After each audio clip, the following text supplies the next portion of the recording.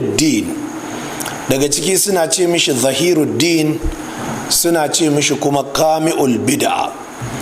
Ana mishi laƙabi da al'imamu, kuma ana ce mishi Sheikhul Islam. Waɗannan laƙubba da kaji su ne waɗanda malamai suka binciko irin waɗanda ake wa ainihin al'imamu al-Baghawi, Allah maɗaukakin sarki ya gafarta mishi.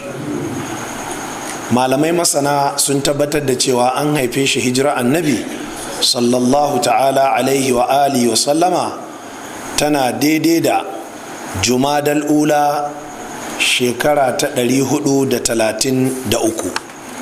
Kun ji daidai lokacin da malamai suka gano ainihin rasuwar shi, a lokacin haihuwar shi afwan.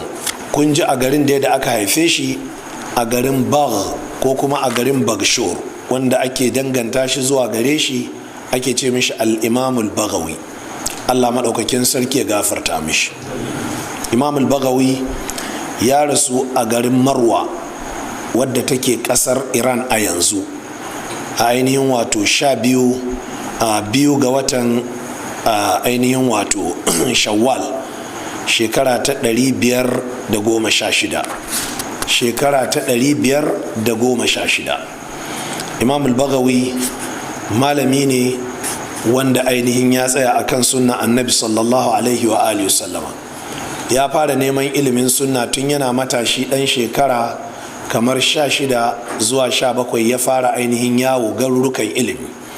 Sai dai wani ikon Allah, saboda halin talauci da ya samu kanshi a ciki,